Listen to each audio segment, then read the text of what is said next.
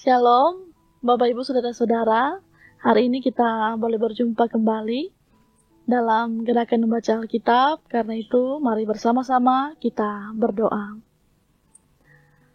Ya Allah Bapa di surga, inilah kami ya Tuhan, yang menikmati setiap kasih karunia yang telah Tuhan limpahkan kepada kami. Saat ini kami akan membaca firman-Mu bersama. Tuhan bimbing tuntunlah kami, agar kami dapat membaca firman-Mu dengan baik dan benar untuk kami terapkan dalam setiap perjalanan kehidupan kami. Inilah doa kami ya Tuhan, kami sambut firman-Mu, di dalam nama Tuhan Yesus kami berdoa. Amin. Bapak Ibu Saudara-saudara, mari kita akan membaca firman dalam 2 Petrus 1 sampai 2 Petrus pasal yang ketiga.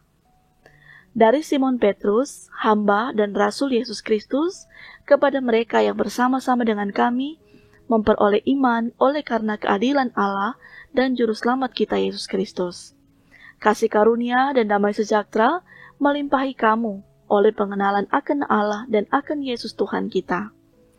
Karena kuasa ilahinya telah menganugerahkan kepada kita segala sesuatu yang berguna untuk hidup yang saleh oleh pengenalan kita akan Dia yang telah memanggil kita oleh kuasa-Nya yang mulia dan ajaib.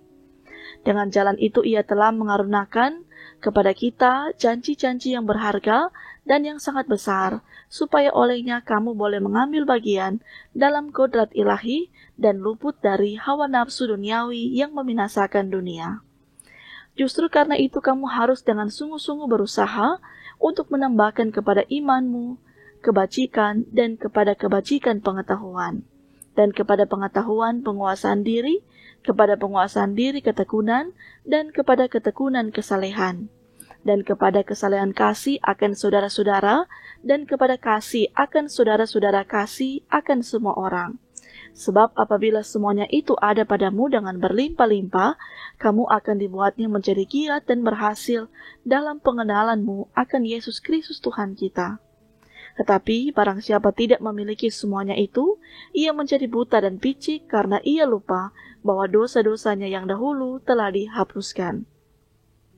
Karena itu saudara-saudaraku, berusahalah sungguh-sungguh supaya panggilan dan pilihanmu makin teguh. Sebab jikalau kamu melakukannya, kamu tidak akan pernah tersandung. Dengan demikian kepada kamu akan dikaruniakan hak penuh untuk memasuki kerajaan kekal, yaitu kerajaan Tuhan dan Juru Selamat kita, Yesus Kristus.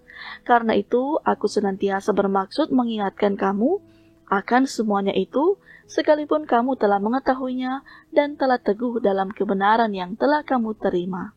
Aku menganggap sebagai kewajibanku untuk tetap mengingatkan kamu akan semuanya itu selama aku belum menanggalkan kemah tubuhku ini. Sebab aku tahu bahwa aku akan segera menanggalkan kemah tubuhku ini, sebagaimana yang telah diberitahukan kepadaku oleh Yesus Kristus Tuhan kita. Tetapi aku akan berusaha supaya juga sesudah kepergianku itu, kamu selalu mengingat semuanya itu. Sebab kami tidak mengikuti dongeng-dongeng isapan jempol manusia ketika kami memberitahukan kepadamu kuasa dan kedatangan Tuhan kita, Yesus Kristus sebagai Raja, tetapi kami adalah saksi mata dari kebesarannya. Kami menyaksikan bagaimana Ia menerima kehormatan dan kemuliaan dari Allah Bapa ketika datang kepadanya suara dari Yang Maha Mulia yang mengatakan, "Inilah anak yang kukasihi, kepadanya lah aku berkenan." Suara itu kami dengar datang dari sorga ketika kami bersama-sama dengan Dia di atas gunung yang kudus. Dengan demikian kami makin diteguhkan oleh firman yang telah disampaikan oleh para nabi. Alangkah baiknya kalau kamu memperhatikannya sama seperti memperhatikan pelita yang bercahaya di tempat yang gelap sampai fajar menyingsing dan bintang timur terbit bersinar di dalam hatimu. Yang terutama harus kamu ketahui ialah bahwa nubuat-nubuat dalam kitab suci tidak boleh ditafsirkan menurut kehendak sendiri. Sebab tidak pernah nubuat dihasilkan oleh kehendak manusia, tetapi oleh dorongan Roh Kudus orang-orang berbicara atas nama Allah. Sebagaimana nabi-nabi palsu dahulu tampil di tengah-tengah umat Allah, demikian pula di antara kamu akan ada guru-guru palsu. Mereka akan memasukkan pengajaran sesat yang membinasakan. Bahkan mereka akan menyangkal penguasa yang telah menebus mereka, dan dengan jalan demikian segera mendatangkan kebinasaan atas diri mereka. Banyak orang akan mengikuti cara hidup mereka yang dikuasai hawa nafsu, dan karena mereka, jalan kebenaran akan dihujat. Dan karena serakannya, guru-guru palsu itu akan berusaha mencari untung dari kamu dengan cerita-cerita isapan jempol mereka. Tetapi untuk perbuatan mereka itu, hukuman telah lama tersedia dan kebinasaan tidak akan tertunda. Sebab, jikalau Allah tidak menyayangkan malaikat-malaikat yang berbuat dosa, tetapi melemparkan mereka ke dalam neraka, dan dengan demikian menyerahkannya ke dalam gua-gua yang gelap, untuk menyimpan mereka sampai hari penghakiman. Dan jikalau Allah tidak menyayangkan dunia purba, tetapi hanya menyelamatkan Nuh, pemberita kebenaran itu, dengan 7 orang lain, ketika ia mendatangkan air bah atas dunia orang-orang yang fasik. Dan jikalau Allah membinasakan kota Sodom dan Gomora dengan api, dan dengan demikian memusnahkannya dan menjadikannya suatu peringatan untuk mereka yang hidup fasik di masa-masa kemudian. Tetapi ia menyelamatkan Lot, orang yang benar, yang terus-menerus menderita oleh cara hidup orang-orang yang tak mengenal hukum dan yang hanya mengikuti hawa nafsu mereka saja. Sebab orang benar ini tinggal di tengah-tengah mereka dan setiap hari melihat dan mendengar perbuatan-perbuatan mereka yang jahat itu, sehingga jiwanya yang benar itu tersiksa. Maka nyata bahwa Tuhan tahu menyelamatkan orang-orang saleh dari pencobaan dan tahu menyimpan orang-orang jahat untuk disiksa pada hari penghakiman. Terutama mereka yang menuruti hawa nafsunya karena ingin mencemarkan diri dan yang menghina pemerintahan Allah. Mereka begitu berani dan angkuh sehingga tidak segan-segan menghujat kemuliaan. Padahal malaikat-malaikat sendiri yang sekalipun lebih kuat dan lebih berkuasa daripada mereka, tidak memakai kata-kata hujat, kalau malaikat-malaikat menuntut hukuman atas mereka di hadapan Allah. Tetapi mereka itu sama dengan hewan yang tidak berakal, sama dengan binatang yang hanya dilahirkan untuk ditangkap dan dimusnahkan. Mereka menghujat apa yang tidak mereka ketahui, sehingga oleh perbuatan mereka yang jahat, mereka sendiri akan binasa seperti binatang liar, dan akan mengalami nasib yang buruk sebagai upah kejahatan mereka. Berfoya-foya pada siang hari, mereka anggap kenikmatan. Mereka adalah kotoran dan noda yang mabuk dalam hawa nafsu. Mereka kalau mereka duduk makan minum bersama-sama dengan kamu. Mata mereka penuh nafsu zina dan mereka tidak pernah jemu berbuat dosa. Mereka memikat orang-orang yang lemah. Hati mereka telah terlatih dalam keserakahan. Mereka adalah orang-orang yang terkutuk. Oleh karena mereka telah meninggalkan jalan yang benar, maka tersesatlah mereka, lalu mengikuti jalan Bileam, anak Beor, yang suka menerima upah untuk perbuatan-perbuatan yang jahat. Tetapi Bileam beroleh peringatan keras untuk kejahatannya, sebab keledai beban yang bisu berbicara dengan suara manusia dan mencegah kebebalan nabi itu. Guru-guru palsu itu adalah seperti mata air yang kering, seperti kabut yang dihalaukan taufan. Bagi mereka telah tersedia tempat dalam kegelapan yang paling dahsyat. Sebab mereka mengucapkan kata-kata yang congkak dan hampa dan mempergunakan hawa nafsu cabul untuk memikat orang-orang yang baru saja melepaskan diri dari mereka yang hidup dalam kesesatan. Mereka menjanjikan kemerdekaan kepada orang lain, padahal mereka sendiri adalah hamba-hamba kebinasaan, karena siapa yang dikalahkan orang, ia adalah hamba orang itu.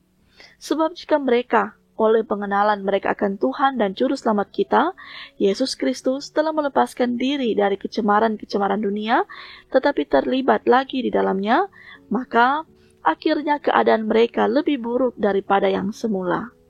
Karena itu bagi mereka adalah lebih baik jika mereka tidak pernah mengenal jalan kebenaran daripada mengenalnya, tetapi kemudian berbalik dari perintah kudus yang disampaikan kepada mereka. Bagi mereka cocok apa yang dikatakan peribahasa yang benar ini. Anjing kembali lagi ke muntahnya, dan babi yang mandi kembali lagi ke kubangnya. Saudara-saudara yang kekasih, ini surat yang kedua yang kutulis kepadamu. Di dalam kedua surat itu, aku berusaha menghidupkan pengertian yang murni oleh peringatan-peringatan, supaya kamu mengingat akan perkataan yang dahulu telah diucapkan oleh nabi-nabi kudus dan mengingat akan perintah Tuhan dan juru selamat yang telah disampaikan oleh rasul-rasulmu kepadamu. Yang terutama harus kamu ketahui ialah bahwa pada hari-hari zaman akhir akan tampil pengejek-pengejek dengan ejekan-ejekannya, yaitu orang-orang hidup menuruti hawa nafsunya. Kata mereka, di manakah janji tentang kedatangannya itu? Sebab sejak bapa-bapa leluhur kita meninggal, segala sesuatu tetap seperti semula pada waktu dunia diciptakan. Mereka sengaja tidak mau tahu bahwa oleh firman Allah langit telah ada sejak dahulu dan juga bumi yang berasal dari air dan oleh air, dan bahwa oleh air itu bumi yang dahulu telah binasa dimusnahkan oleh air bah. Tetapi oleh firman itu juga langit dan bumi yang sekarang terpelihara dari api dan disimpan untuk hari penghakiman dan kebinasaan orang-orang fasik. Akan tetapi saudara-saudaraku yang kekasih, yang satu ini tidak boleh kamu lupakan, yaitu bahwa di hadapan Tuhan satu hari sama seperti 1000 tahun dan 1000 tahun sama seperti satu hari. Tuhan tidak lalai menepati janjinya, sekalipun ada orang yang menganggapnya sebagai kelalaian, tetapi ia sabar terhadap kamu, karena ia menghendaki supaya jangan ada yang binasa, melainkan supaya semua orang berbalik dan bertobat. Tetapi hari Tuhan akan tiba seperti pencuri. Pada hari itu langit akan lenyap dengan gemuruh yang dahsyat, dan unsur-unsur dunia akan hangus dalam nyala api, dan bumi dan segala yang ada di atasnya akan hilang lenyap. Jadi, jikalau segala sesuatu ini akan hancur secara demikian, betapa suci dan salehnya kamu harus hidup. Yaitu kamu yang menantikan dan mempercepat kedatangan hari Allah. Pada hari itu, langit akan binasa dalam api, dan unsur-unsur dunia akan hancur karena nyalanya. Tetapi sesuai dengan janjinya, kita menantikan langit yang baru dan bumi yang baru, di mana terdapat kebenaran. Sebab itu saudara-saudaraku yang kekasih, sambil menantikan semuanya ini, kamu harus berusaha, supaya kamu kedapatan tak bercacat dan tak bernoda di hadapannya dalam perdamaian dengan Dia. Anggaplah kesabaran Tuhan kita sebagai kesempatan bagimu untuk beroleh selamat, seperti juga Paulus, saudara kita yang kekasih, telah menulis kepadamu menurut hikmat yang dikaruniakan kepadanya. Hal itu dibuatnya dalam semua suratnya apabila ia berbicara tentang perkara-perkara ini. Dalam surat-suratnya itu ada hal-hal yang sukar dipahami, sehingga orang-orang yang tidak memahaminya dan yang tidak teguh imannya memutarbalikannya menjadi kebinasaan mereka sendiri, sama seperti yang juga mereka perbuat dengan tulisan-tulisan yang lain. Tetapi kamu, saudara-saudaraku yang kekasih, kamu telah mengetahui hal ini sebelumnya. Karena itu, waspadalah supaya kamu jangan terseret ke dalam kesesatan orang-orang yang tak mengenal hukum, dan jangan kehilangan peganganmu yang teguh. Tetapi bertumbuhlah dalam kasih karunia dan dalam pengenalan akan Tuhan dan Juru Selamat kita, Yesus Kristus, baginya kemuliaan sekarang dan sampai selama-lamanya. Demikianlah bacaan firman Tuhan. Mari kita berdoa. Terima kasih ya Tuhan, ketika kami semua boleh membaca firman bersama, Tuhan sekiranya akan menuntun membimbing kami untuk selalu hidup memaknai firman-Mu dalam segala keberadaan kehidupan kami. Dan kami bermohon, hidup kami di hari ini yang telah Tuhan anugerahkan, biarlah semuanya ada dalam campur tangan Tuhan. Tuhan akan memberkati menuntun kami, sehingga semuanya ada dalam pertolongan Tuhan. Kami menikmati setiap pemberkatan Tuhan dengan berkat-berkat yang akan Tuhan senantiasa sediakan dan akan anugerahkan kepada kami. Inilah doa kami ya Tuhan, di dalam nama Tuhan Yesus kami berdoa. Amin. Terima kasih Bapak Ibu Saudara-saudara yang telah mengikuti pembacaan firman Tuhan kita di saat ini. Tuhan memberkati kita sekalian.